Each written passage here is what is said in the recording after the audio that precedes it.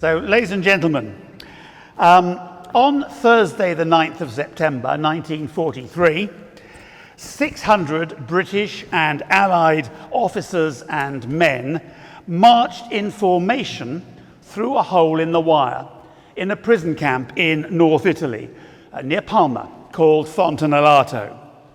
And I know about this extraordinary event, 600 men walking out through the wire of a prison camp, because my dad was one of them. If they had walked out the day before, they'd probably have been shot dead by their Italian guards. But in the intervening 24 hours, the Italians had signed an armistice and had laid down their arms. There was a great deal of shouting and screaming and celebrating in the streets of Fontanallato. And the Italian commandant of that camp made a deal with the senior British officer. He said, look, I think you're going to need to get out of here very quickly because the Germans are going to come through and take over this camp very, very fast.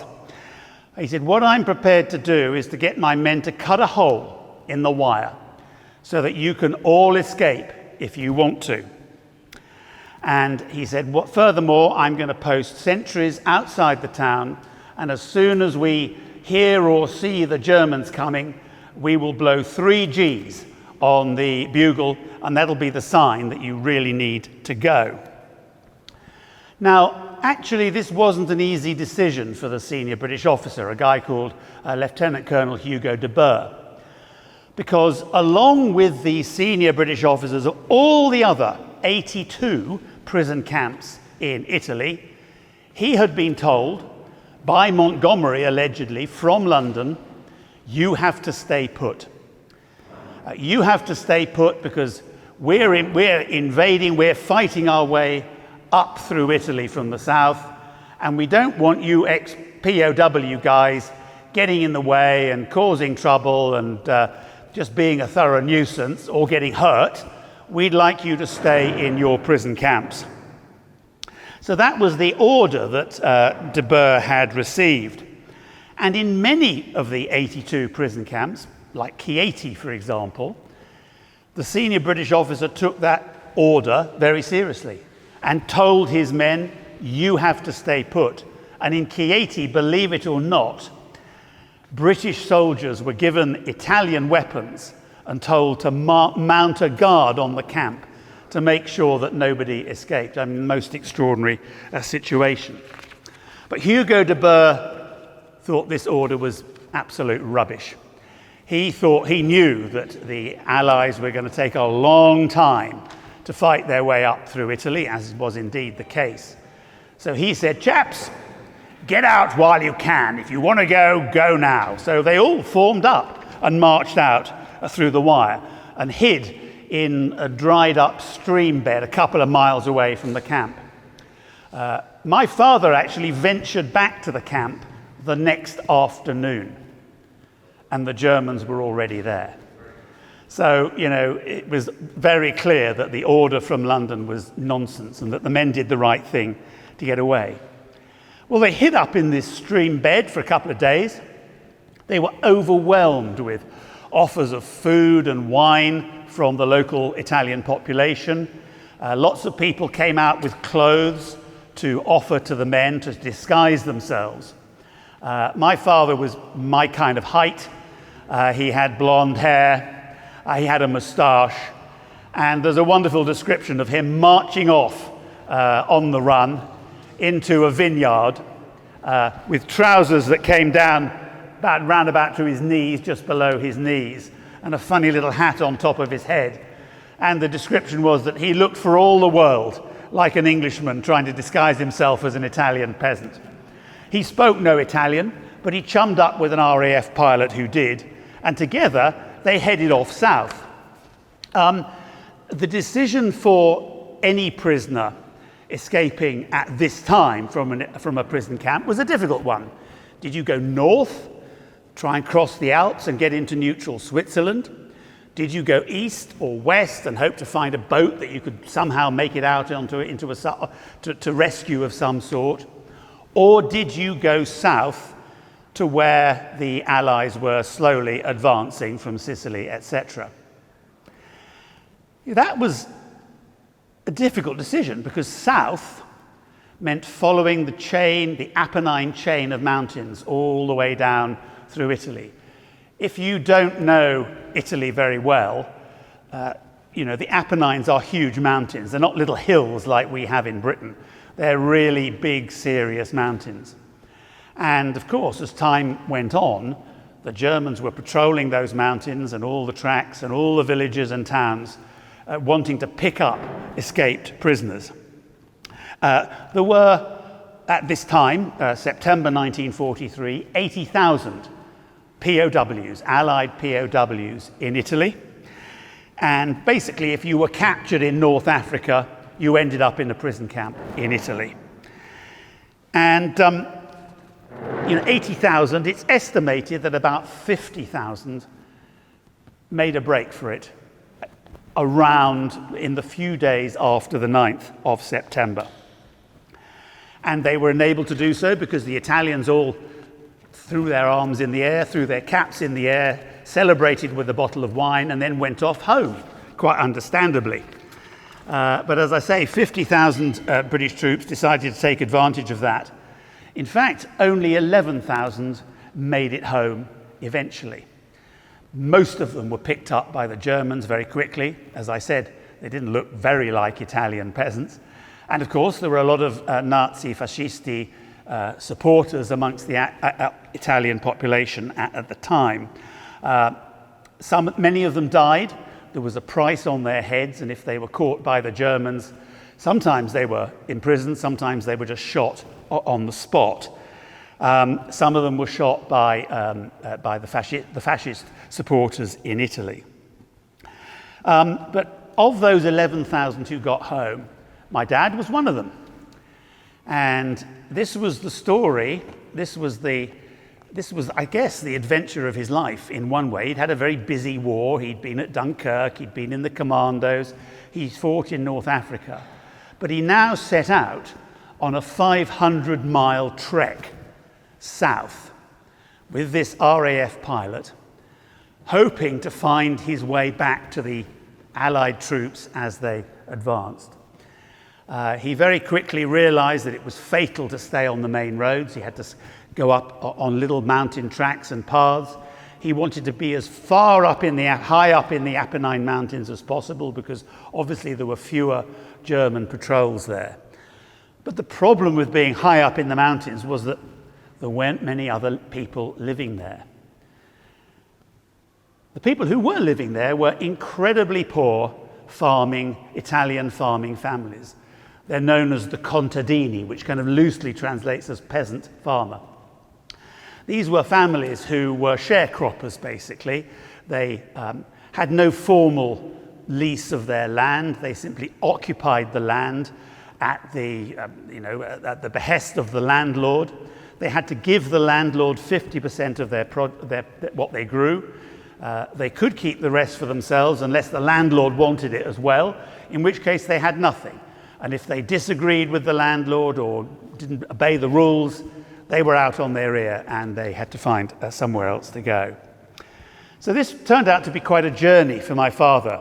6 months, 500 miles. He stopped in 48 different little villages and hamlets up in the mountains. And he really didn't ever talk about this. I had no idea that he'd had this epic journey. Tragically, for me, it wasn't until 2 days after he died. His body had only just been removed, and I started to clear his bedroom, and I found in his bedside table a little notebook. Every page filled with tiny pencil scribbles. It took me weeks and weeks to work out what on earth this was all about. But as I gradually was able to translate it, I realized it was a diary that he'd kept while he was in prison camp and while he was on the run. And, this was the most amazing discovery for me because I suddenly entered into a completely different world. There were no names in this diary. There were no place names in the diary because, of course, he realized that if he was captured and the Germans found all this information on him, they would have visited all those villages and shot people as punishment for harboring prisoners of war. So there he was with this RAF guy climbing through the Apennine Mountains in September, October. The weather was okay. It got pretty wet in October. In November, it started to get very cold, and in December, it started snowing.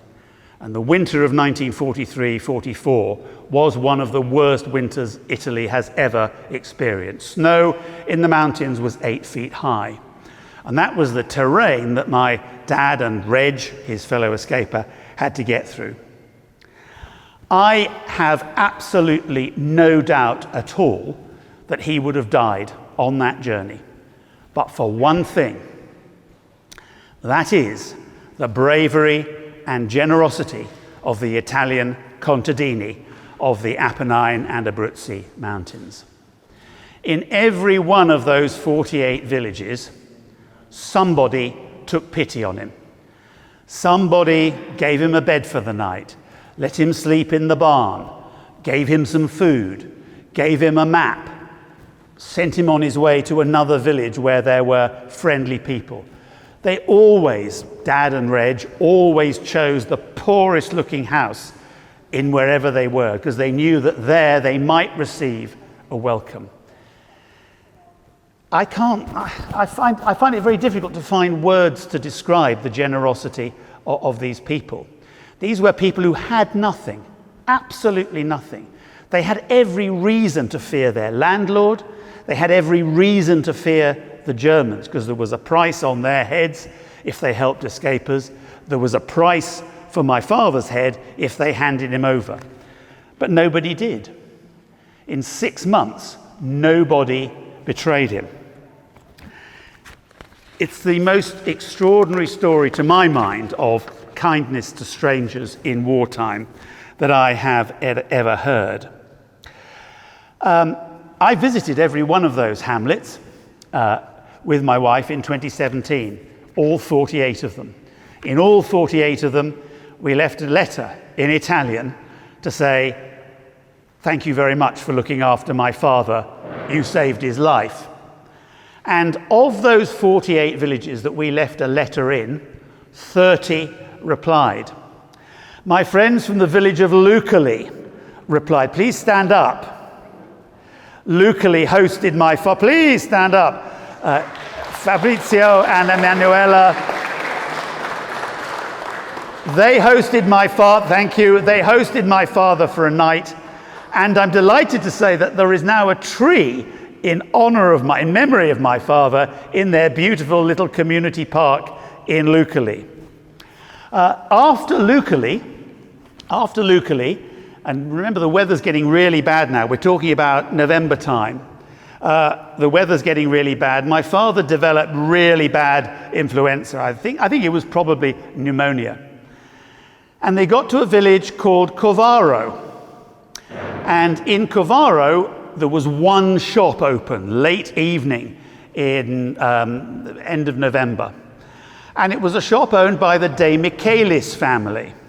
And I'm delighted to say that the granddaughter of the De Michaelis family, Bianca Maria, is here today with her two sons, Samuele and Ruben. Please stand up.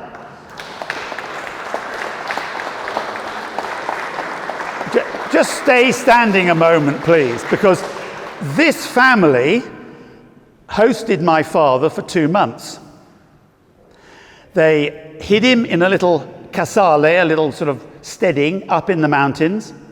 Bianca Maria's grandfather took him food every day through the snow, under the noses of the German garrison that was based in Covaro. And they fed him and several other prisoners, not just my father, but several other prisoners, for 2 months. Bianca Maria's father was a little boy of 5.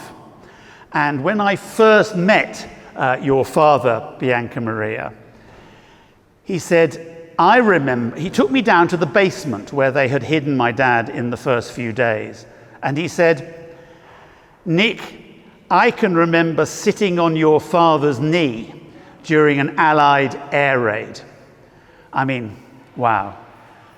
And the amazing thing was that he said was, and I remember your father because he gave me peppermints to stop me from crying during this terrifying air raid. Well, all through his life, my father always had a packet of peppermints in his pocket. And I mean, wow, suddenly I knew that this was my father. It was an extraordinary moment.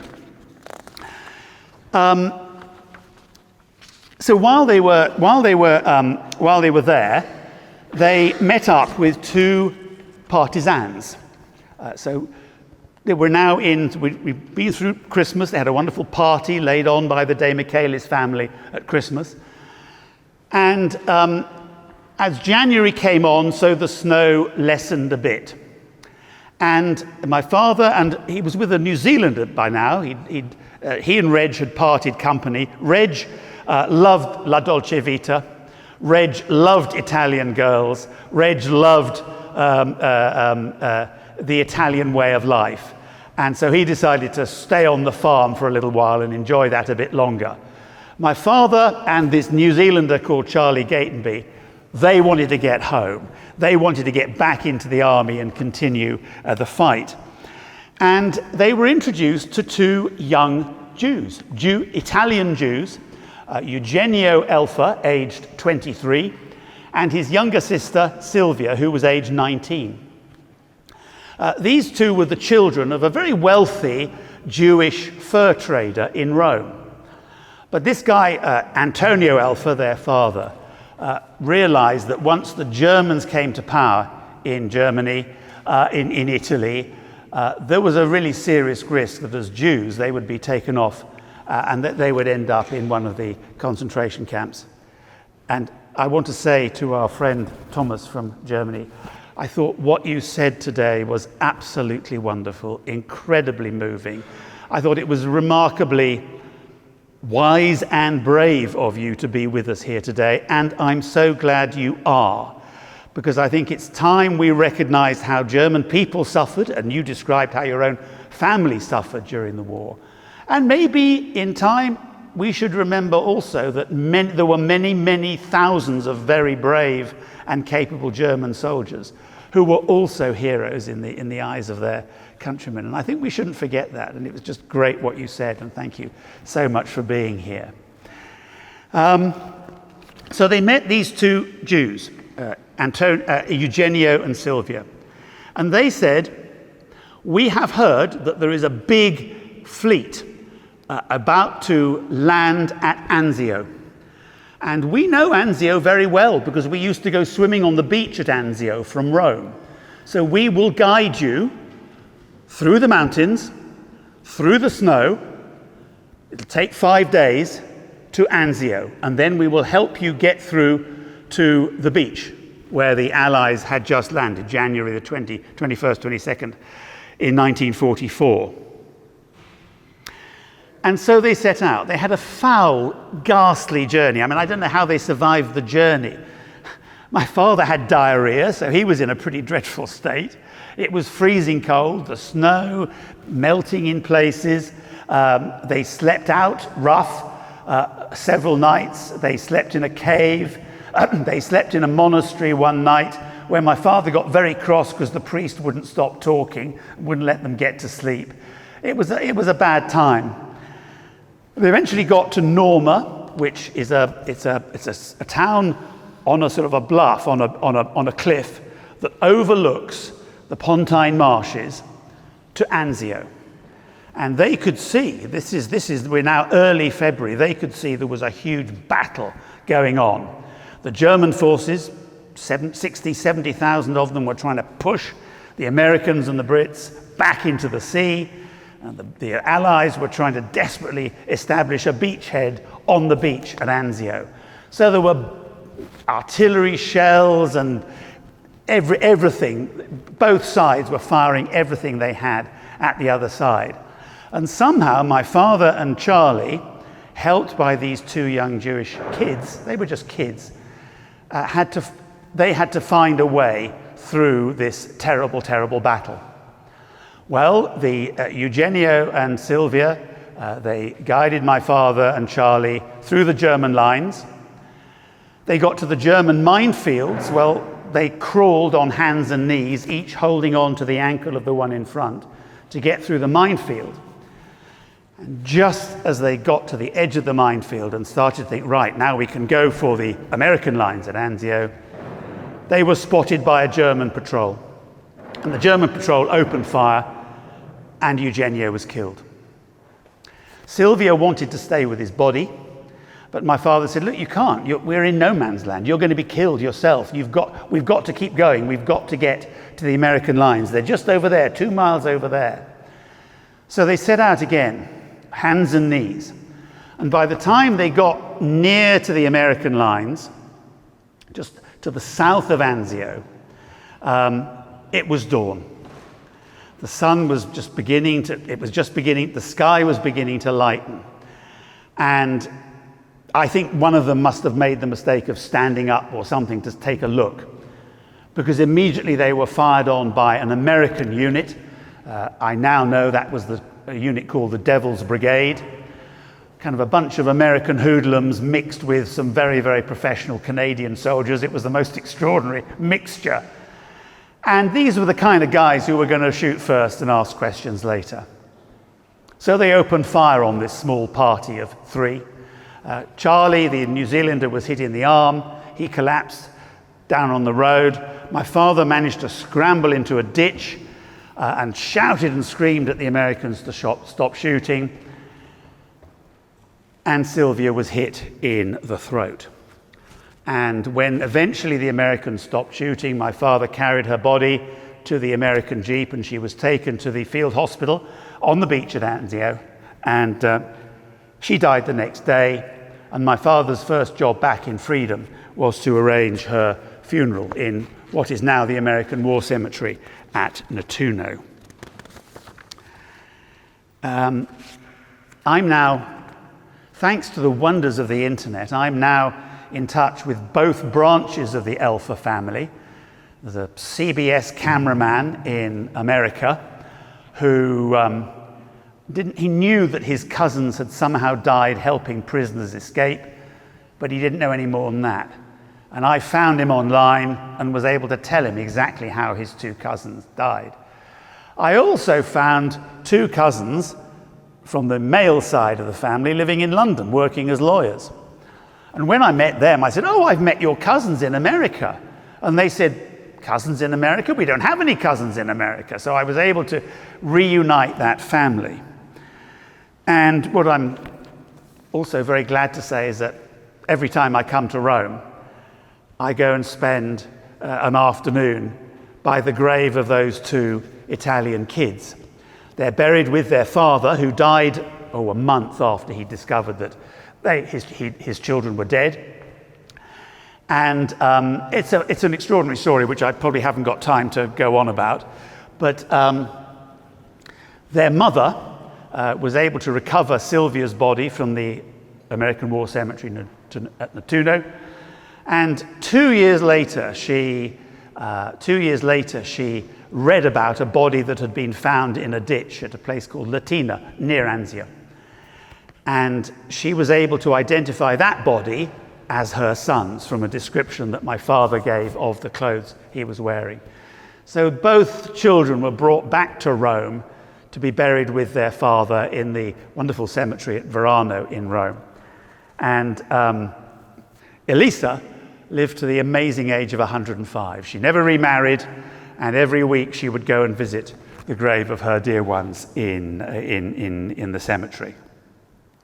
Now, my father's story is amazing to me, but it's not that amazing to the 11,000 other POWs who got home, because they all benefited from the incredible generosity of these wonderful, wonderful Italian people.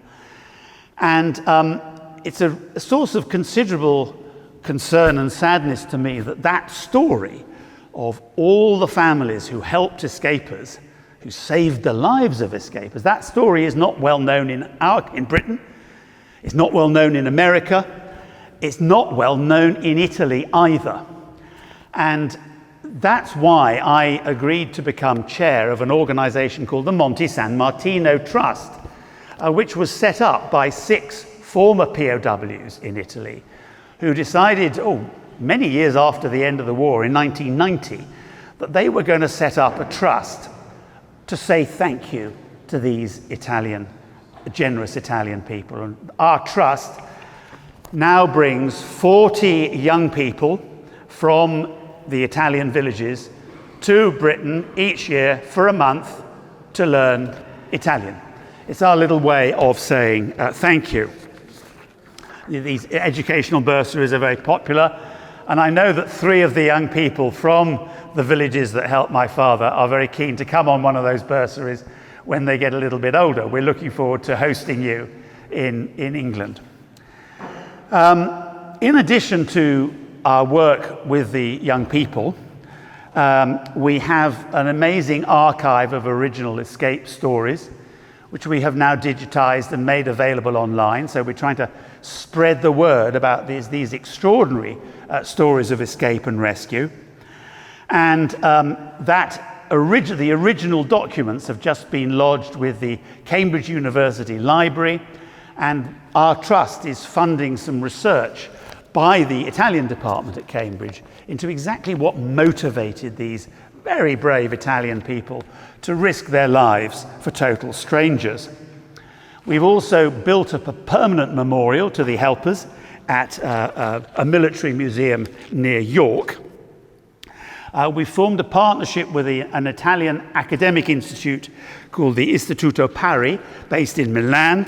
They're setting up a website to try and put together this whole story of all the escapers and all their helpers, so that the story is better known in Italy.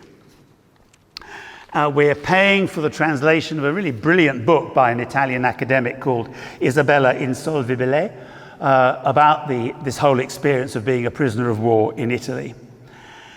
And the final part of the story that I want to tell this afternoon is about an extraordinary archive in America that we have really virtually only just discovered. At the end of the war, the Allies decided that Italian families who had helped escapers should be entitled to some form of compensation, a way of saying thank you for any costs that they had incurred in rescuing escapers. And this commission, which lasted for about 2 years, it built up an extraordinary archive of 60,000 files.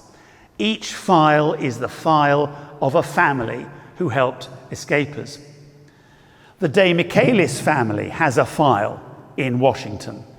The Elfer family, the young Jewish kids who helped my dad, they have a file in Washington. They claimed compensation. The mother claimed compensation for the death of her 2 children. And I'm ashamed to say that a British senior officer in the Allied Screening Commission said, well, 2 kids, well, let's not give her the full amount, let's just give her half each for each of her children. So she only got half the compensation she was entitled to, but Elisa had the last laugh. She wrote a wonderful letter back to the Allied Screening Commission and said, thank you so much for your incredible generosity, for this money that you've given me for my poor children. I'm going to give it to the War Orphans charity. So I don't need your money. I'm going to give it away. We have now just agreed a $250,000 grant to the American Archives to digitize this archive, these 60,000 files, and make them available online to everybody in Italy who wants to find out what their families did during the war, and to all the families of escapers who want to find out which family was it who helped our father, our grandfather, whatever. One final point. In amongst these files are nominations for British medals, the King's Medal for Bravery. And we have discovered that the Allied Screening Commission was so impressed by the story of some of these brave Italians, including the 2 Elfa kids who helped escapers, they decided to nominate them for bravery awards in Britain. And they filled out nominations, they gave all the details of what these Italians had done to help the escapers, and they sent them off to London. And the cabinet, the British government at the time, decided that politically it would be very, very difficult to give bravery awards to Italian people who had been our enemy up until 8th of September 1943. So all those nomination forms are still there in the archives. The medals have never been awarded. And I've been speaking today to Colonel Matt Smith, the Defence Attaché of the British Embassy in Rome, to say, look, with the 80th anniversary of the end of the war coming up next year, is it possible that we could somehow recognize that all these nominations were made and that these were brave people who should have been rewarded? Personally, I'm desperate for that to happen. I really do feel that. And Alessandro, where are you? You said some wonderful things about how it's important to remember the bravery of the people who fought during the war, and I absolutely agree with that. But I think it's really important to recognize that this is an absolutely wonderful country with the most wonderful, generous people living in it. Fantastic culture, a great social setting, wonderful industries, great creativity, and very, very brave people who need to have more recognition than they do. So that's my story of my father and the 80,000 other POWs in Italy in 1943. To the Italian people there, maybe you should look into your background. It's just possible that you may find that one of your relatives helped escapers, and that archive will help you do that. Eddie, thank you for giving me the opportunity to try and keep people awake in the half an hour after lunch. It's really been good to talk to you. It's great to be here. And you're going to force somebody to read my book, I think. No, this is, in my opinion, maybe one of, if not the best book about the Italian campaign, because it not only covers the conflict, but it tells the story of the Italian people and the contribution they made.